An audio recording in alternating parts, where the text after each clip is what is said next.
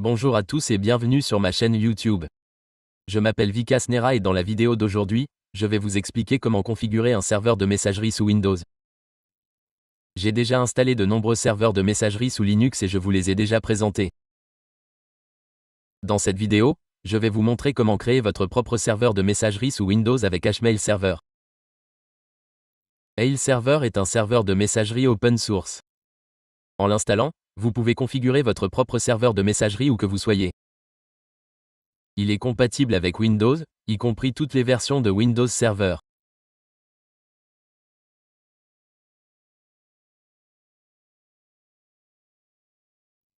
Grâce à lui, vous construirez un serveur de messagerie de A à Z compris. Alors, continuez à regarder cette vidéo en entier. En quelques minutes, vous apprendrez à créer un serveur de messagerie complet, sous Windows. Dans cette vidéo, je vais utiliser la configuration suivante. J'utilise Windows 10, mais vous pouvez également utiliser Windows Server. Votre PC doit être sur un serveur VPS ou, si vous l'utilisez sur votre ordinateur local, le port 25 de votre fournisseur d'accès à Internet doit être ouvert. Ce n'est qu'à ce moment-là que vos emails seront envoyés, sinon ils ne seront pas distribués. D'accord. La première chose dont vous avez besoin est un VPS. Il vous faut aussi un domaine. Je vais vous dire où trouver un VPS. Où trouver un VPS Windows Server à un prix abordable? Je vais vous montrer. Mais avant cela, si vous n'êtes pas encore abonné à ma chaîne YouTube, abonnez-vous et regardez cette vidéo jusqu'au bout. Je vous explique où trouver un VPS. Chez Cantabo, vous pouvez obtenir un VPS au prix le plus bas. Vous trouverez un lien direct dans la description. D'accord, pour en savoir plus, vous pouvez également m'envoyer un message sur WhatsApp. Tous les détails seront fournis dans la diapositive. Vous trouverez également mon numéro de téléphone dans la description. D'accord. Vous pouvez donc choisir ce premier forfait, car il offre 8 Go de RAM au prix le plus bas. Sélectionnez-le. Vous pouvez ensuite opter pour un forfait d'1 mois ou de 12 mois. D'accord. Si vous souhaitez une adresse IP de l'Union européenne en Allemagne, vous pouvez sélectionner cette option. Si vous choisissez leur centre de données ici, les tarifs varient. Par exemple, sélectionner les États-Unis coûtera 145 $.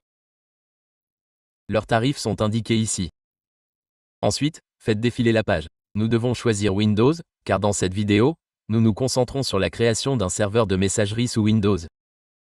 Sélectionnez Windows ici. La version est disponible ici. Un coût supplémentaire sera appliqué si vous souhaitez la version 2022. Si vous souhaitez la version 2016, ce coût supplémentaire s'appliquera. Je vous recommande d'acheter la dernière version disponible pour garantir des performances optimales et un accès à toutes les fonctionnalités. Sélectionnez celle-ci ici. Générez ensuite un mot de passe ici ou saisissez un mot de passe fort, puis cliquez plusieurs fois sur « Suivant ». Vous recevrez ensuite les informations. Que faire avec ces informations?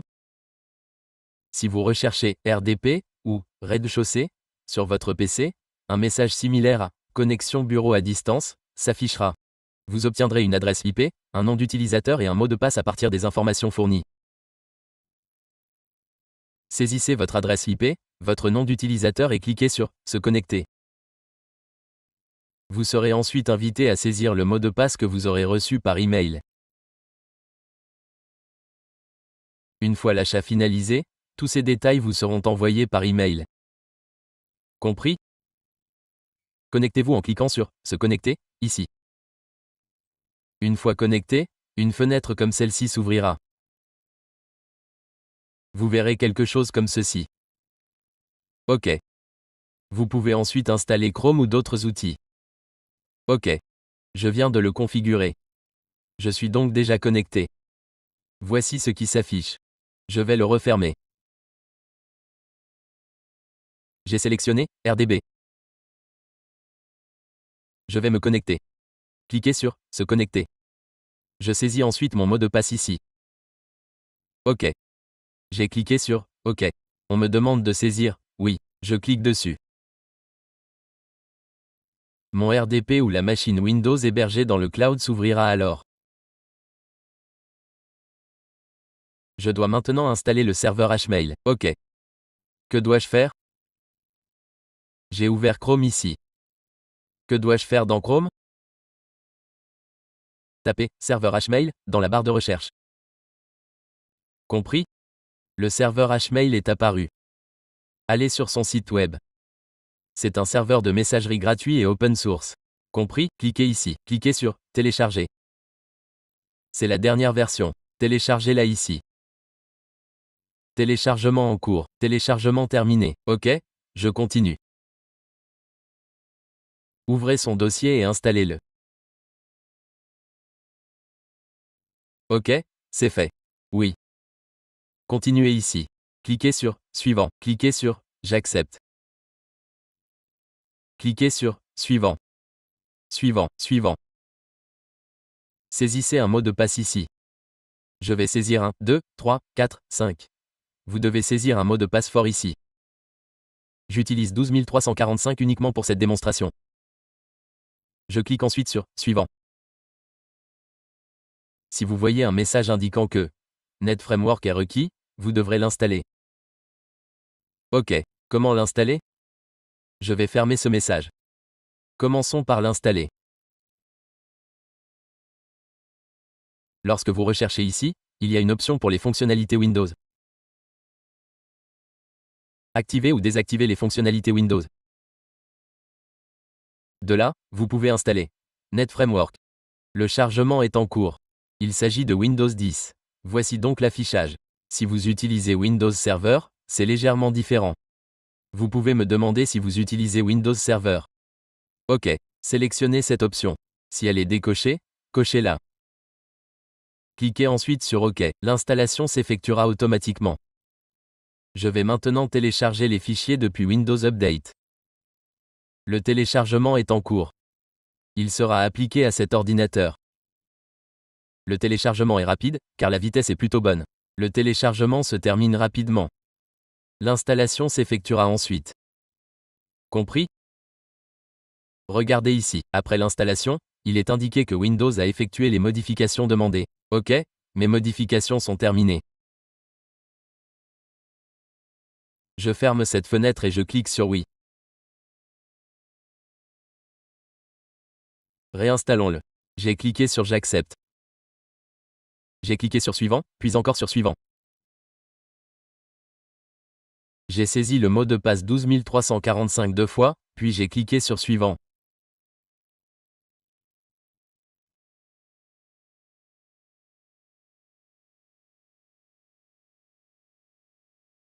Après l'installation, un message similaire à celui-ci apparaîtra. Je clique sur Terminer. Notre serveur de messagerie s'ouvrira. Que devez-vous faire ensuite? Cliquez sur Se connecter. Saisissez le mot de passe que vous venez de définir. J'ai saisi 1, 2, 3, 4, 5. J'ai cliqué sur Ouvrir, et le site s'est ouvert ici. OK, maintenant, vous devez ajouter votre domaine ici. Que dois-je faire? J'utilise ce domaine ici. Je vais l'ajouter ici. Allons-y. Je l'ai ajouté ici. Ce DNS est donc géré sur mon océan numérique. Mon domaine est enregistré chez GoDaddy. Compris? Je vais ajouter tous les enregistrements ici. OK, nous y sommes. J'ai cliqué sur « Ajouter un domaine » et j'ai ajouté le domaine ici. J'ai cliqué sur « Enregistrer ». Mon domaine est maintenant ajouté. Ensuite, ajoutons un compte. Dans la section « Domaine », votre domaine apparaîtra ici. En dessous, vous trouverez la section « Compte ». OK, nous y sommes. J'ai cliqué sur « Ajouter ». Je vais créer une adresse email pour l'administrateur. Je vais la saisir. Je vais saisir le mot de passe 1, 2, 3, 4, 5. Utilisez un mot de passe fort. Vous pouvez également définir une taille maximale et d'autres options ici. Je clique sur « Enregistrer ». Cela indique également que mon mot de passe est faible. Je clique sur « Oui » pour l'utiliser. Bref, un de mes comptes de messagerie est créé. Vous pouvez également en créer plusieurs ici. Très bien. Regardez ici dans « Compte ». Un compte est déjà créé. Vous pouvez en créer d'autres ici. Que dois-je faire maintenant? Commençons par configurer le DNS. Ensuite, nous le testerons également. Voici mon adresse IP. Voici mon IP. Voici son IP. Que dois-je faire? Tout d'abord, je dois ajouter un enregistrement à ici. Je vais saisir l'OTAT et l'adresse IP. Je vais définir le TTL à 600 ici. Ensuite, je vais également pointer www vers cet enregistrement et définir le TTL à 600. Je vais ajouter 4 enregistrements ici. J'en ajouterai un pour le sous-domaine de messagerie, et un autre pour mail.www. J'en créerai un pour celui-ci également. J'en ai défini 6 ici et 600 ici, puis j'ai cliqué sur « Créer un enregistrement ». C'est fait. Je vais maintenant configurer SPF, DKM, marque, etc. Compris? Voici un format simple pour SPF. J'ajoute l'enregistrement SPF. Allons-y, je dois ajouter un enregistrement TXT. Je suis arrivé ici et je dois remplacer mon IP dans ce format. Voici le format, il suffit de remplacer votre IP ici. Le format reste le même, et pour l'autre, saisissez-le. Point. Compris? Cliquez sur Créer un enregistrement. Ensuite, il y a un format pour marque 2. Il ressemble à ceci. Vous devez y remplacer votre domaine. Vous devez ajouter un enregistrement TXT. Je le saisis ici. Que dois-je faire ensuite? Je remplace mon domaine ici. D'accord. S'il y a un autre domaine, je le remplace par le mien. D'accord. C'est fait ici. Pour l'autre, je saisis un trait de soulignement, et j'ai défini la durée de vie, TTL, à 600. TTL signifie Time to Live. Cela garantit une indexation rapide de notre DNS. L'enregistrement que vous ajoutez devrait être indexé rapidement. Pour cela, je clique sur « Créer un enregistrement ». Ensuite, je dois configurer DKIM. Pour configurer DKIM, que dois-je faire? Je reviens ici et je visite un site. J'ai ouvert un générateur DKIM. C'est le premier site qui est apparu. J'y suis allé. Que dois-je faire? Voici mon nom de domaine. Saisissez votre domaine ici. Je dois définir le sélecteur sur KIM. J'ai saisi le sélecteur. OK. J'ai cliqué sur « Générer ». J'ai reçu 2 codes, une clé privée et une clé publique. Que dois-je faire? Je copie la clé privée. OK. Que dois-je faire dans le dossier « Téléchargement ». Je crée un fichier texte. Je crée un fichier texte nommé « Vicas » et j'y colle ma clé privée. OK, je l'ai enregistré. J'ai ajouté la clé privée ici et je l'ai signée comme ceci. Maintenant, vous devez accéder à la section « Domaine ». Cliquez sur DKIM, puis accédez à la section de signature. Cliquez sur « Activer » et sélectionnez le fichier contenant la clé privée. Elle se trouve dans mon dossier téléchargement. J'ai enregistré toute cette clé privée dans un fichier nommé V, car je l'ai sélectionné ici. Vous devez spécifier le sélecteur. Quel sélecteur avez-vous utilisé? J'ai utilisé KIM comme sélecteur. Je clique sur « Enregistrer ». C'est fait, c'est enregistré. Que dois-je faire ensuite? J'ai copié la clé publique ici et je l'ai fournie. Il faut donc la copier et l'ajouter au DNS de votre domaine. Je vais l'ajouter ici. Que devez-vous saisir comme nom d'hôte? La clé de domaine KIM pour le domaine. Je l'ai saisie pour le TTL. Je l'ai défini sur 600 et j'ai cliqué sur « Créer un enregistrement ». Vous devez ajouter un enregistrement MX pour les emails entrants. Pour l'hôte, vous devez le saisir. Quel est son nom? Vous devez saisir « Mail »,« uDomain » et définir la priorité. Vous pouvez définir une priorité de 1 à 10. Pour le TTL, définissez-le sur 600, puis cliquez sur « Créer un enregistrement ». Tous vos enregistrements DNS sont maintenant créés. Que faire ensuite? Définissons notre nom d'hôte. Compris? Que devez-vous faire pour définir le nom d'hôte? Allez. Cliquons ici. Laissez-moi y aller un instant. J'ai cliqué ici, je suis allé dans « Protocole ». J'ai cliqué sur « SMTP », puis je suis allé dans « Distribution des emails ». Vous devez saisir votre nom d'hôte et cliquer sur « Enregistrer ». Vous pouvez également utiliser les options de relais SMTP.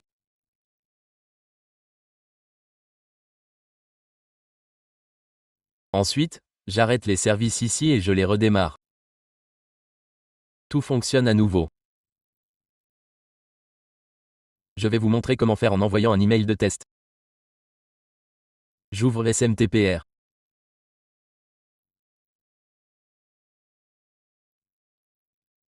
Mon hôte sera celui-ci et j'utiliserai le port 587. J'utiliserai mon adresse email, admin, sur ce domaine. Je suis Nera, et je l'enverrai à cette adresse. Mon mot de passe est 12345 et je clique sur Envoyer. Voyons si l'envoi réussit. OK. Si une erreur survient, nous la corrigerons. On dirait que ça ne fonctionne pas.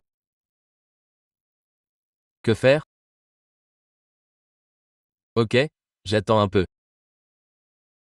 Regardez, le chargement est toujours en cours. Que faire? Je vais réessayer. Allez dans Windows. Désactivez le pare-feu. C'est le pare-feu Windows. Allez ici. Cliquez sur Désactiver le pare-feu.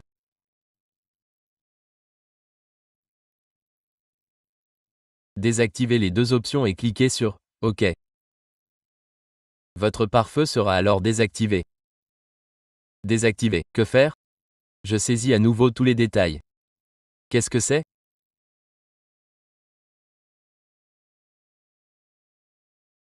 Je saisis Admin sur ce domaine.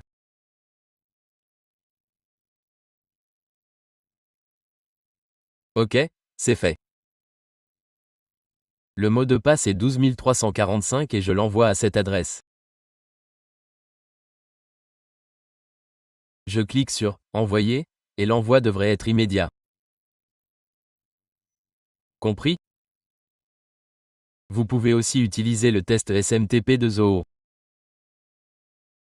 J'ajoute les détails ici aussi. Qu'est-ce que c'est? Le SMTP peut prendre un certain temps. Parfois, c'est terminé. Je vérifie. Testez-le ici. La console s'ouvre.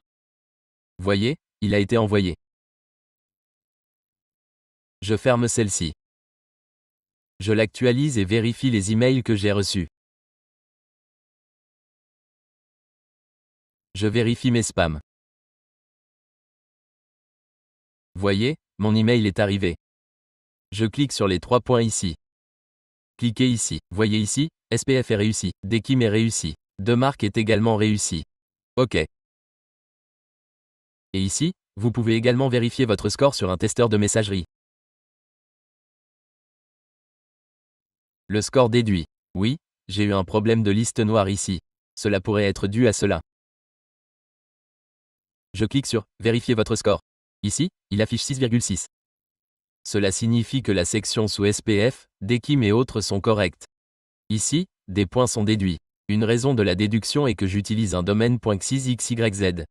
Une autre raison est due à des problèmes HTML. Cela signifie donc que tous les éléments sous votre contrôle, SPF, DKM, etc., ont été correctement configurés de votre côté. Hier, j'en ai essayé un et son email est arrivé ici. Cela signifie qu'il y avait deux IP différentes, mais le fournisseur était le même. Écoutez, j'avais déjà essayé. Là aussi, tout était correct et le domaine était le même. Regardez, je l'ai essayé il y a un jour. J'ai donc tout terminé.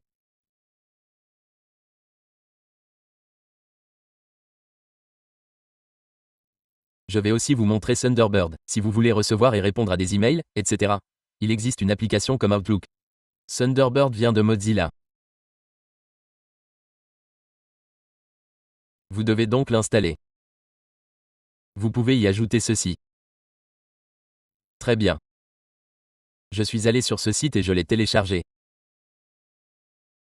Alors, que faire pour Windows? J'ai cliqué sur Télécharger. L'application détecte automatiquement le système que vous utilisez. Le téléchargement se fait donc ici. Très bien. Je vais l'installer.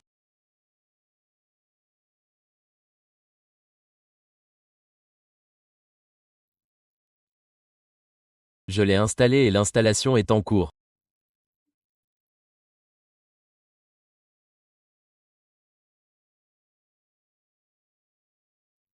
Cliquez sur « Oui ».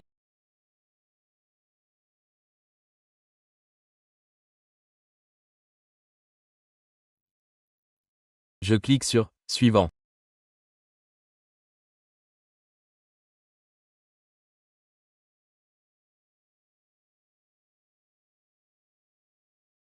Suivant. C'est fait. Je clique sur « Terminer ».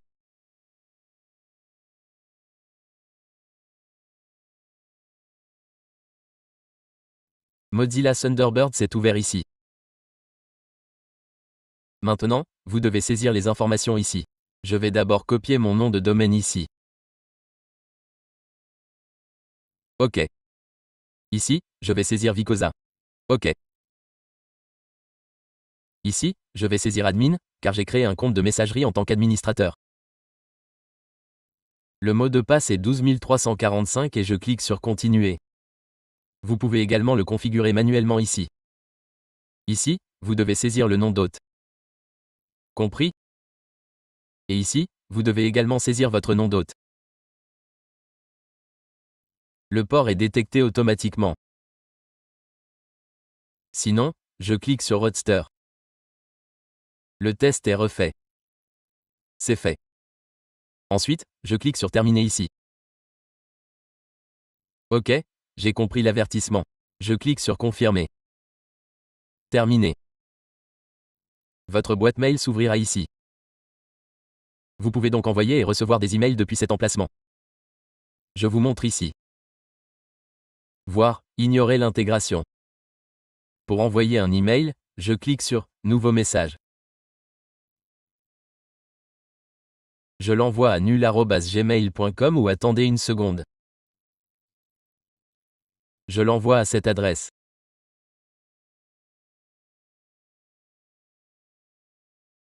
OK, je n'ai pas saisi d'objet. J'ai cliqué sur Envoyer. Mon message a été envoyé. Je vérifie ici. Très bien, mon email aurait dû arriver ici. Le voici. Je vais y répondre. Bonjour, voici ma réponse. Je vais vérifier ma boîte de réception pour voir si ma réponse a été reçue. Très bien. Si vous regardez ceci, vous avez reçu une réponse. Bonjour, voici. Vous pouvez envoyer et recevoir des emails et créer autant de comptes de messagerie que vous le souhaitez. Vous pouvez les gérer. Votre machine Windows est d'abord configurée. Votre serveur de messagerie est également installé ici. Il prend en charge les 3 protocoles IMAP et SMTP. Compris? Dans la section « Comptes », vous pouvez créer d'autres comptes ou ajouter plusieurs domaines. Dans cette vidéo, j'ai expliqué la configuration complète du serveur de messagerie et son installation. Comment créer des identifiants de messagerie, configurer le DNS et envoyer des emails. Je vous ai tout montré après l'avoir testé. C'est tout pour cette vidéo. Si vous n'êtes pas encore abonné à ma chaîne YouTube, abonnez-vous. Et merci d'avoir regardé la vidéo.